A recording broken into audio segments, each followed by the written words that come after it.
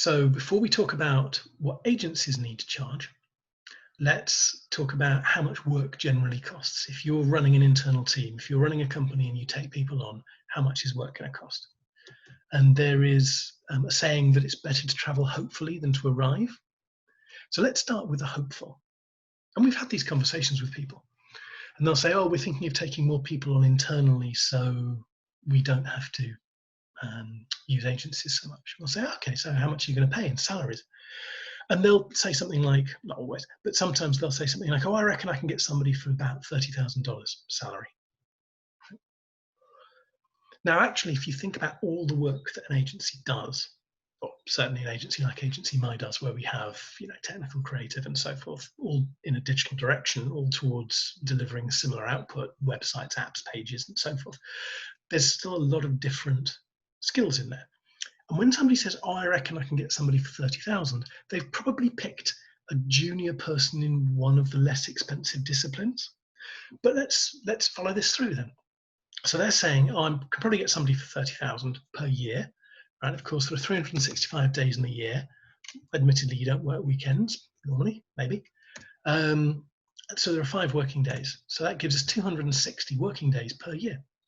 So they're mentally doing this calculation, and they're saying, well, $30,000 for a person, 260 days in the year, 8 hours a day. If I hire somebody internally, it's going to cost me $14, $15 per hour. Brilliant. Now, of course, that's ludicrous. That calculation is preposterous. So that's where we're traveling hopefully from, thinking, oh, we'll be able to take people on internally and it'll be wonderfully cheap. Realistically, you want decent quality programming, agency quality programming in a city like New York. And you can research this, but you are going to find that you're going to be paying a decent agency quality programmer $100,000 a year salary in New York. Now, does anybody work 260 days of the year? Actually, some company owners do and some workaholics do, because you end up working weekends. But even the people who work weekends probably also have public holidays. They might get ill occasionally. The reality is, in the UK, the number is 16.7 days per month is the number of days that a typical employee will actually work. So let's assume that that is this $100,000 we are now splitting between 200 days, not 260 days. That's a much more realistic number. And let's not pretend that salary is the only cost. Now, it could be that our not so hypothetical manager we described in the first case, because this is a conversation we actually had last year, he says, oh, I just worry about salary. What he meant was when he puts in his budget request for the year for his department, they want to know what the salaries are going to be. But the reality is the cost to the business of employing somebody is on top of the salary, you've got benefits, pension contributions perhaps, any other employee welfare spend that you've got, but you've also got the facilities they're working in, the management of those facilities, hardware they're working at, for example, computers, software costs, licenses. I know for our people, we could easily spend $100 a month just on software costs per person, per seat, per user expenditure. So you've got all of that. Then you've got the management overhead of running it. You've got the HR overhead of hiring them. Now, you can have some fun running around the internet trying to get the numbers here, and you'll get loads of people saying, well, of a company's revenues, 20 to 30% should be salary, or they'll say the cost of employing a person, you add on 40% to get to the real cost from their salary, but that's only the cost of them. That doesn't then include all the support people who are involved. Or you might find somebody saying, well, depending on the business, personnel costs, that's not percentage of revenue, that costs are 40 to 80%, depending on the nature of the business, how capital intensive it is, and so forth. You get this huge range of numbers, all of which calculating it differently. But it's not unreasonable to say that actually we should double that number, the salary cost, just to take into account all of that other stuff. Of course, recently there have been lots of pundits saying, oh, in the future, nobody needs to work from offices because companies can save $20,000 to $50,000 per year per employee by not having offices. And I'm guessing the people who say 50,000 a year might have an axe to grind and be trying to make a point, but still, you can plausibly see there are big costs here. So we're going to double this. And instead of saying 8 hours a day, there was some research done by a couple of management consultants who published it in Inc. last year, a year before, recently-ish, saying that the average American office worker does 2 hours and 53 minutes of productive work per day, right? So let's make this 2.9. There we are. The cost of effort for your person who you're hiring internally is $345 per hour per productive work. Now, both of these numbers are highly problematic. The first one is clearly a fiction. You're just taking the most optimistic numbers you can. What's the smallest amount I hope to hire somebody for? And then I'll pretend that that's the only cost and I'll ignore everything else. But you want to believe that's true, because you want to do good work. You want to make your budget go further. There's an argument that CEOs are all optimists because nobody would run a complex organization unless they had a huge amount of optimism. Certainly entrepreneurs tend to be optimists. You want to think that you'll be able to get maybe more than you can really afford. So there's loads of human reasons to want to come up with a stupidly small number of how much work should cost. And some companies, like our manager we mentioned earlier, saying, well, the way that I submit my budgets is I just put in the salary cost. Lots of companies will encourage people and institutionalize this kind of misthinking about what the costs are. Meanwhile, this number looks huge. Nobody wants to believe it. Instinctively, you want to think, oh no, I'm sure it doesn't really cost that much.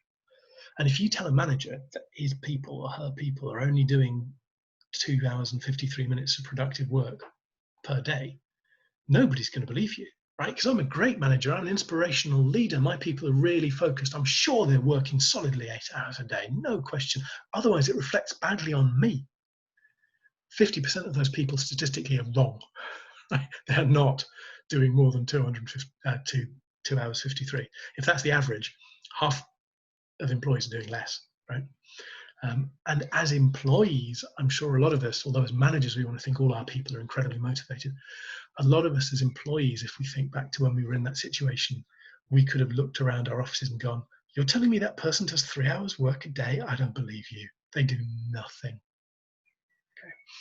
But nobody wants to confront that. So before you even ask the question, how much do agencies need to charge? What should an agency rate be?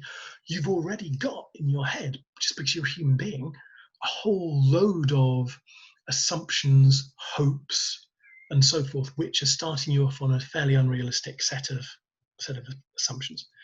And if we want to continue that fantasy now into what the agency cost might be, let's say that we're saying, I've heard that there are these brilliant online marketplaces where really talented people will be selling their services for $10, $20 a month, an hour, right? So I'm sure, an agency could get somebody, they could go onto freelancer.com and they could find a designer or a UX person or a programmer or whatever for $20 an hour, right? And I accept they have to make a bit of money. So let's say they want to make a 20% margin. So let's assume that they pay the person they found on freelancer.com and then they add 20%. There you go. The agency should be able to charge me $24 an hour. That is just as realistic as this hopefully number up here. That is never going to happen. The question of international work and how much people from different locations charge is a really interesting one. But human beings are not fungible. You can't go, here's a programmer in New York and here's somebody who describes themselves as a programmer in Bangladesh, and they're both called programmers, so I can interchange them, and the guy in Bangladesh only wants $10 an hour and therefore that's all I have to pay. It doesn't work that way. I used to do a lot of process consultancy based on international working, and I've been working internationally for 25 years. It's a complicated subject. It's a really interesting subject, but this is not a sensible number. This is just blind optimism. Because not only are you not going to guarantee that you're going to be able to get somebody to replace your expensive person in New York for $20 an hour, you've then got a whole load of other costs, just as we had costs for our internals in terms of overheads, in terms of HR costs, in terms of management. You're going to be adding on a lot more than 20%. So let's look at a realistic number. Let's say a high quality freelancer, something like programming or 3D or whatever. Let's say in London, they are charging £300 per day. And I'm sure there will be experienced programmers who would hear that and go, what? I would charge 450. Fine. This is not necessarily the top end number. This is a realistic number. But it's entirely realistic if you're looking at video editing, 3D, creative director, whatever, you could easily be paying more than this. So let's say $400. And we're not being stupid here, right? I mean, I could put in, I know people who charge £500, $650 a day, right? As individuals, not as agencies. And if I wanted to hire them, I guess I'd have to pay their rate.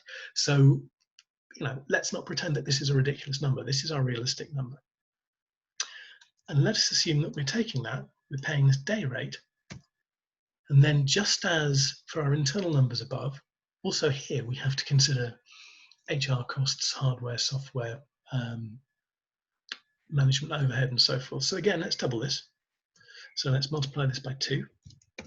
And then let's assume that this person does 5 hours productive work per day. And that's quite realistic. People who've worked in agencies will probably be aware that agencies have a lot of energy and are quite focused. So the US average may be 2 hours 53, but agencies on average 5 hours is probably quite reasonable. Okay. Well, we've now got to $160 per hour. That's quite a long way up from our optimistic number. We haven't made a profit yet. So if we're now saying, what's the agency rate going to be? Well, okay, presumably they need to add on, let's say 20% again. We're up to $192 per hour of work spent productively working on tasks for you. But it gets worse than that. We can't use this to calculate a number. That's still horribly, horribly vague. And I mentioned at the start that rates are basically a fiction. And let's talk about why. So for a day rate, we have some good data on this. So again, thinking about London, and if anybody has US data for this, I'd love to see it, but I haven't found it. So I'm going to talk about London because although most of our work is for people in the States, so most of the people listening to this webinar are going to be in the States, I happen to have really good data for London. And this comes from a company called the Wow Company, who have data for several hundred UK agencies. And they have data on day rate, profit margin, how much the people running the business take out, how much they pay themselves, how much work is billable, how much work is not billable. It's a fantastic resource if you want to understand this. But the average day rate for a UK agency is £650.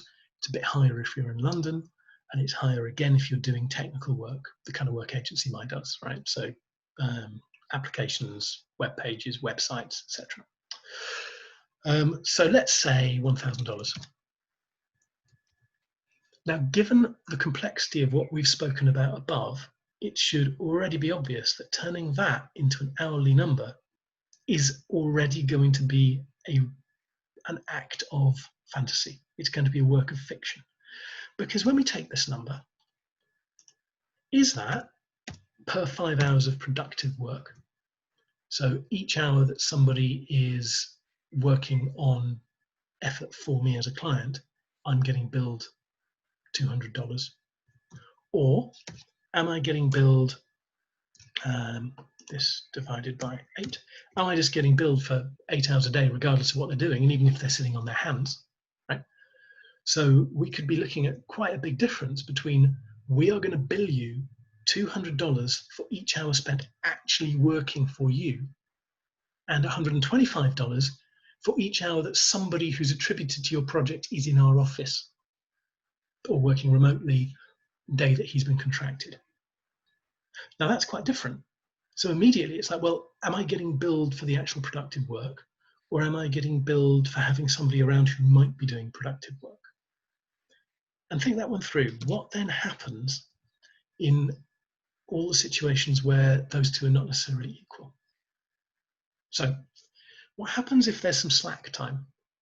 I'll give you a concrete example. A few years ago, I was working in quite a big agency. And so I'm sitting there doing my stuff, and the director's offices were off to the right, and in front of me were the desks where people would come in if they were working on special projects or pitches or pilots or whatever. And it was not unusual for somebody to come in, sit down in front of a PC that's been set up for them with licensed software in a nice expensive office, and the directors will come up to them and say, great to have you here. Obviously, this is the project. We're just waiting for a bit more information from the client. And so for now, just do some research, get used to what the client wants, blah, blah, blah. And then that evening, 2 days later, 3 days later, end of the week, the directors would now be having a conversation with the same person saying, I'm really sorry this project never really started. And we'll let you know if it does kick off again. because the client has changed their mind, or they've hit a roadblock, or they've discovered logistically they can't move forward with the project, or whatever it is.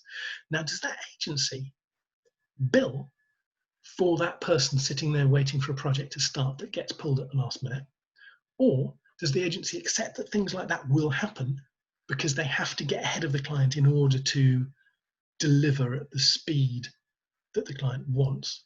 And therefore that work now has to be spread across the rate charged by for the other people who are working for that client, right? That cost has to be absorbed somewhere, but where is it going into a rate? Overheads can vary massively per client, per agency. In that case, that was an agency with really nice, incredibly expensive offices in about the most expensive location you could find in one of the most expensive cities in the world. Right now, I'm sitting here working from home an hour outside London. Right? I don't have the same overheads they had. You've got overheads like HR. How do you approach HR? How do you approach self-promotion? What software licenses are you going to be paying for? Right? There's a big difference in those overheads from one agency to another. What about the director's time?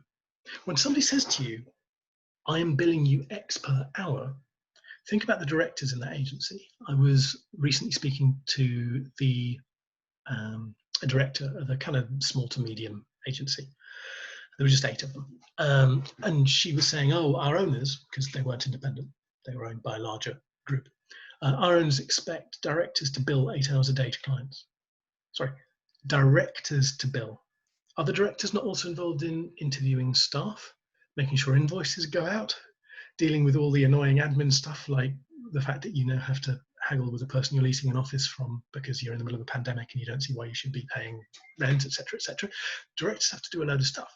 My guess is that in a company like that, the director will spend 2 hours on an account here, 2 hours on an account here, 4 hours on admin and management tasks, and then bill 4 hours to each of the 2 people for whom she's just done 2 hours. So they are getting billed hours which are not actually being spent on them because the director has to bill time to clients. Flip that round, agency my time is never billed. No, that's not true. Usually 5 to 10 hours per month is billed, and I resent every minute of it because my job is to act as a catalyst. My job is to drive and optimize the work that we're doing to deliver. But it's the work that's delivering that gets billed. So I presumably would have to charge a higher rate than they would because they are billing hours which I would consider not billable. So if I'm quoting a rate, it has to allow for me as an overhead. Whereas if a company that says all our directors bill 8 hours a day, if they're charging a rate, actually that's the opposite of an overhead because they're going to be billing director time that isn't really being spent on the client's work. And that question of what's billed and what's unbilled is really interesting. So there is an ongoing uncertainty. Different agencies have different attitudes to this. Do you bill account management? Do you bill the time that you're spending talking to the client?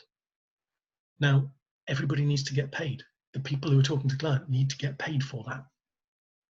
So if you say we don't bill account management, you have to increase your rate. So somebody could come to you and say, oh, we charge $100 per hour, and somebody else could say $120 an hour.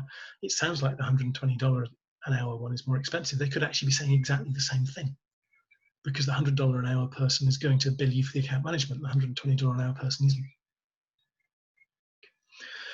So also the question of what happens to what we might call discarded work.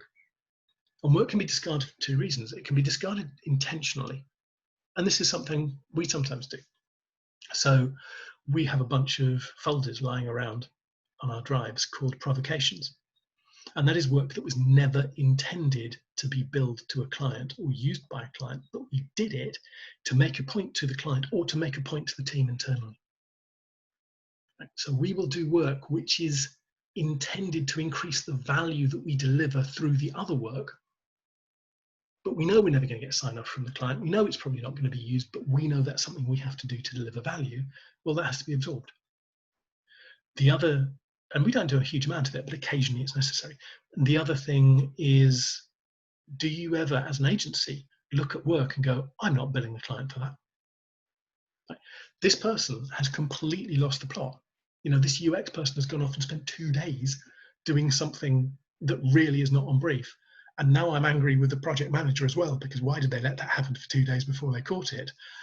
that's 2 days I can't bill. Now, I don't think we've ever got up to 2 days of wasted effort, but there are times that we'll look at things and go, that shouldn't have been 8 hours, that should have been 4. What did we do wrong?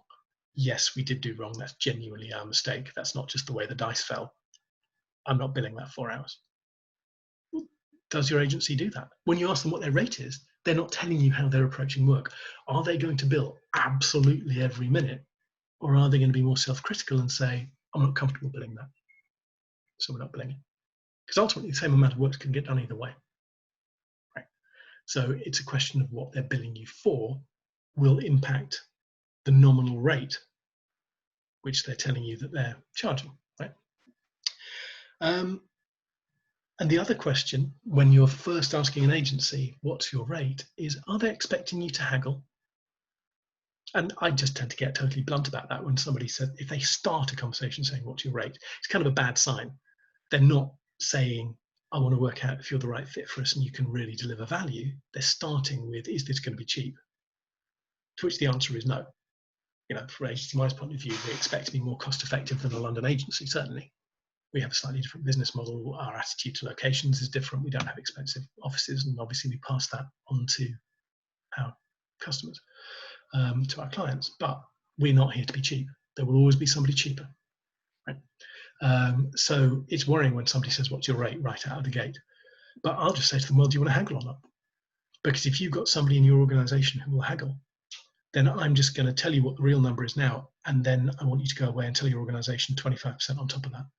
And then, you know, at some later date, I can suck air in through my teeth and make frowning faces, and I'll knock off the 25% to get to where I would have got to anyway. And that's not a facetious comment. I've seen this on the client side. You'll get, you know, the procurement department might say, we need to know what their rate is, and we need to know what discount they're giving us. If the answer to the discount is 0, then that's a cross. That's a bad thing as far as the procurement department is concerned. Which is kind of odd if you think about it, because if somebody's honest with you straight out the door and says, well, this is what I need to charge you, you'd think that's a plus. But no, that's not the way the procurement system is set up. So, you know, when you're asking somebody the rate, are they giving you a number they're expecting you to haggle? Because if they're expecting you to haggle and you don't, then you're going to get overcharged. Or are they giving you the real number? And maybe they're expecting to make a 20% margin, at which point, if you ask for a 25% discount and expect to get it, you're asking them to make a loss working for you and they won't do it, and you're wasting their time, and you may as well not bother having the conversation. So understanding how they're going to understand the question and how padded, if padded, the answer comes back is kind of important. So all of these things go into turning a halfway sensible number, like the notion of a day rate, into an hourly rate. And also call into a question how seriously sensible the day rate is in the first place. The more granular you get, the more ridiculous this becomes. So let me now, because we're on the spreadsheet, there's a reason why I've got all these other tabs. Let me also now show the really big issue, which hasn't been touched on here, which is the structure of the work. How much an agency needs to charge is a function of the way the work is structured as much as anything else. And therefore, if they're quoting a rate, that is suggesting their expectations, or it has to be based on their expectations of what the structure of the work would be. Right? And I've totally screwed this up. And I'll show you why I've screwed this up in the past going forward. Right? So my background is trying to run efficient, effective teams. I want to get the maximum value from whatever resources are available. I want to get the best possible work as efficiently as possible to get the best possible outcomes for the business. And that's my background. So I naturally assume that we're going to be looking at something like this. So this is kind of a resource chart. Each of these 20 columns, this is a 4-week period, and we're looking at a whole bunch of different people. The heavy grey is somebody who's on this project full time. The mid-grey is somebody who is focused on this project but might occasionally be pulled onto other things or might be asked to do 1 hour here or there for other projects. So maybe that's half-time, slightly more.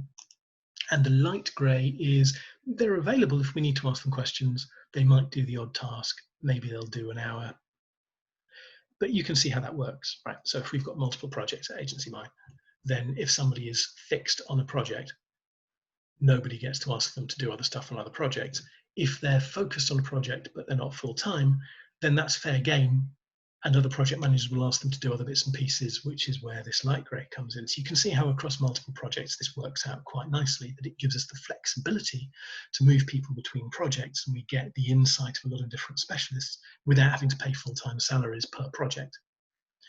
And over time, if I go to this, we can see here month 1 might have a very different balance of people to month 2, which has a different balance of people to month 3 and month 4 and so forth, and that would continue onwards. So it's not necessarily a fixed team. There's a lot of continuity, but we can also pull people in and have less effort for certain periods of time in order to get that focus on the efficient delivery for the client. But what's interesting here for me, and what's lovely for me, is I can plan ahead. I've got basically no slack time. You know, that situation that I described from another agency where it was, oh, I'm very sorry, you've been sitting here for 3 days waiting for the client to sign things off. Afraid there's nothing happening now. Isn't going to happen. In this case, if we had a wait from a client for a particular task that couldn't start because they hadn't sent us, because they hadn't sent us information, that's not a problem. We've got a backlog of work. So a person can't start on task number 3 because we're waiting for the client, because we have no sign off. That's fine. What's the next thing down the list for them? The next priority for them? Great, put them on that, and then they'll come back to task number 3 or whatever it was when the client has got us the information. So we have virtually no slack at this point, so we don't need to worry about how to charge that. Because you've got a lot of very close communication between the team, because everyone's very focused on it, you tend to have very little discarded work. So 2 of the things that I mentioned before that can cause problems for rates are not a problem here. It's quite efficient in terms of the use of unbilled time. So if we see at the top here, P1 and P2, that is our production team. And what we will tend to do is P1 charges their time for project management, not for account management, and P2 doesn't charge their time. That person is there to add value, act as a safety net, make sure that nothing slips through the cracks, but they're not actively driving the project. So here we've got very little time that isn't billed. And if we imagine that P1, a small amount of their time is unbilled, this is all quite well structured with a client. If this is working on the basis of a backlog, there's very little unbilled time there from them because we established the backlog as an ongoing program of work.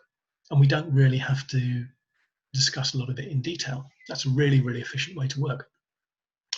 As a slight caveat on that, when the whole agile notion came out, which was kind of about 2000, 2001, I remember reading some of the early books on it around 2001, 2002.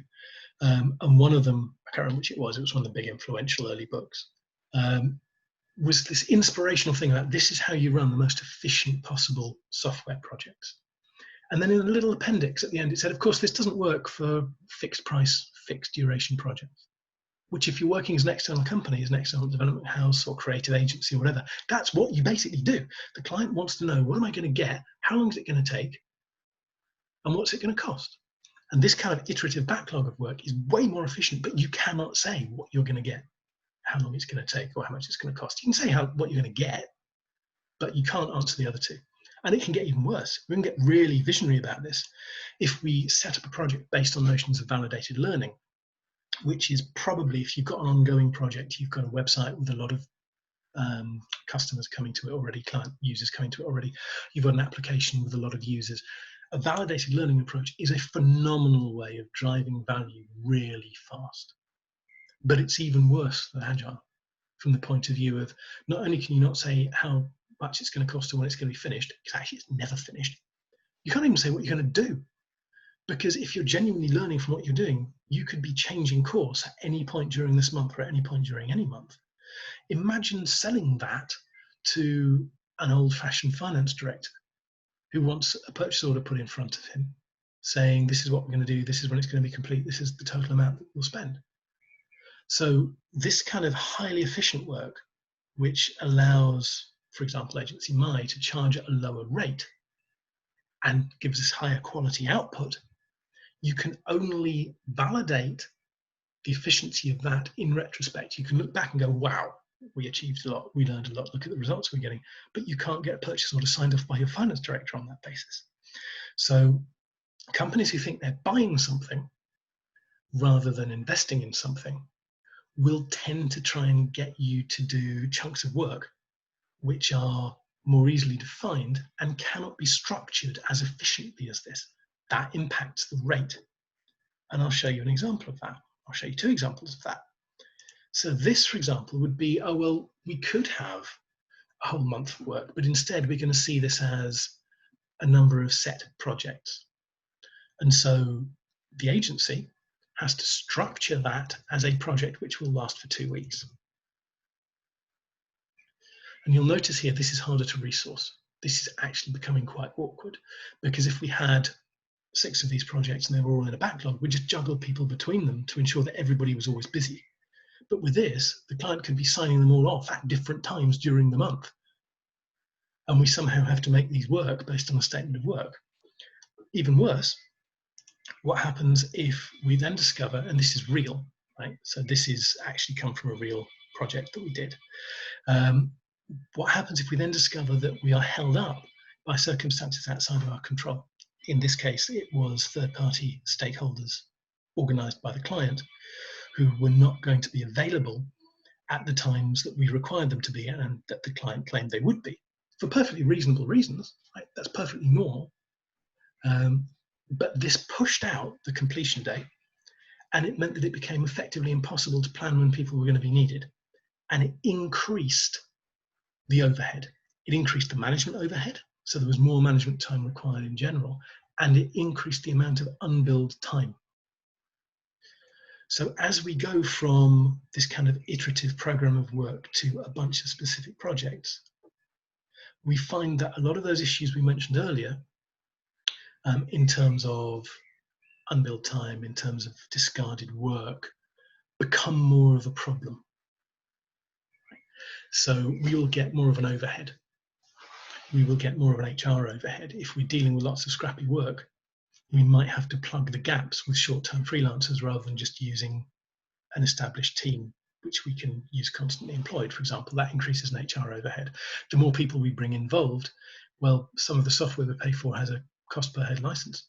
If I bring somebody in to just do 20 hours, 10 hours, then they're still going to need the same licenses as somebody who's doing 120 hours. So lots and lots of those costs go up, and that impacts the rate that we have to charge. And this was an example of a specific statement of work that kind of fell apart when the client's third-party stakeholders discovered they had to get involved. But we can have ongoing pieces of work again, and this is a real client, where there's just lots of little bits of work that come in through the month. And in order to serve that client, we have to react promptly to whatever their current requests and requirements are. But it's not the sort of work that can be structured. That's not a criticism of them. That's just the way the work is. But the key point from this is that all of those things that I've mentioned before that make it difficult to define what a rate should be and actually make rates fictional to a large extent become even more of a problem the scrappier the work gets. So from Agency My's point of view, we actually charge 2 totally different ways. Before I can answer the question, what's your rate? I have to know from the client how they want to work, because they're going to get a different, and I don't mean 10% different, I mean really different number. If they say, oh, it'll just be little bits and pieces, and we could get busy sometimes, but we probably won't be, and we're really not sure, and we'll work it out. Totally different number to if they say, yeah, absolutely, we've got this long-term goal. In the next 6 months, we want to achieve this. We know there's going to be lots of work involved, and we want you folks to organize that as efficiently as possible. Yes, that's brilliant. I'm not only more motivated, hence my little emotional kind of yay. It's way more motivating. We can get way better results that way. It's also cheaper for the client in terms of per hour. So the rate I quote is going to be correspondingly smaller. And that's a key thing when you're talking to an agency and asking what is your rate. You have to have an understanding of how they expect to work and what their business model is and what's operating on that. So let me stop sharing my screen and just kind of summarize a little bit. So if you're going to ask somebody what their rate is, then get context on it. What are their costs? Why have they had to calculate a rate like that? Are they in expensive offices somewhere? Are they paying salaried staff? Are all their people really senior and in a highly expensive city? Or have they got a little bit of flexibility with it, for example? Do they enter awards? Right, the cost of awards can be huge for the really big, impressive awards. They're going to be passing that on to you. So one person who says $150 an hour and somebody else says $200 an hour, but the $200 an hour person has a ton of awards on the shelf, well, the quality of the work is probably going to be the same. The quality of the people is going to be the same, but there you've got this huge extra cost, their self-promotion. So get a sense of what their costs are. Work out if you're getting quoted monthly or daily or hourly. If it's hourly, how do they work that out? Is that per hour actually spent delivering value for you, or is it per hour that somebody is nominally associated with your account? Has director's time get billed? In general, what time is unbilled and what time is billed? And is there going to be any time which is just not billed, which is deliberately discarded, as Agency Mind might do, our provocations, for example, for our internal use? Or are you going to get charged for everything? So that's a quick overview. We've run over time slightly. I did say half an hour, and I got a bit carried away with this because it's numbers. So if I just have a look at, okay, I've still got people on here, so you haven't all disappeared off at past. I'm going to answer a couple of questions. And yes, that means we've overrun, but I kind of want to because I've got them here. What is a fair rate? How do you know that something's a fair rate? I would argue a fair rate is one where you're getting quality work that delivers the results that you need, and you're not getting gouged in terms of the profit margin. If we go back to the WOW company data, absolutely brilliant thing about that is it shows what usual agency profit margins are, and their data suggests it's about 17%, 17, right? Now, if you're getting great work and somebody's making 15 or 20% on top of that, that's really not a reason to grumble. That's fine. That's whatever the rate has to be to deliver you the quality work that you're going to need for that. Fine. No one's getting ripped off. You're getting the work you need. Is there room to maybe move to a different working model that allows you a lower rate? Well, yeah, absolutely. I mean, how do you structure more efficient work is a great conversation to have. And obviously from our point of view as Agency Mind, that's how we got into this. We got into this thinking, oh, there's got to be a more efficient way of doing this than the standard agency model. Right? But now your question isn't, is the rate fair? Now your question is, can I find a more efficient way of structuring the work so I get a better return on my investment? Which is a different question to, is the rate fair? I don't think there is a single number which is fair. It has to be a question of what are the skills of the people, what is the market rate for them, what is necessary to deliver you what you need. Go back to that thing about the $150 an hour or the $200 an hour, but the second one has a whole load of big awards on their shelves. If as a company you require a glossy agency with stacks of awards and fantastic videos and presentations who will fly to your office and come in beautiful designer suits and give you the most perfect dentally fixed smile, etc., etc., etc. You need that. If you can work with a distributed team who, don't bother with the designer suits and aren't that keen on flying to your office, then obviously it's going to cost you less. Neither one is a more or less fair rate. It's just a question of what you need. So that's possibly dodged it slightly, but I hope that makes sense. And the other one was, do we charge account management? I think I hinted at that. We find it difficult to charge account management. Sometimes people ask us to, and it just kind of feels wrong. We've had conversations internally that maybe we should, and it just never seems to happen that way. From our point of view, the time spent talking to the client is an investment that we make that allows us to deliver outstanding work and results for the client. It should not be a unit of work that we sell with a 20% markup on. Right? We should not be making a markup on the effort spent talking to the client.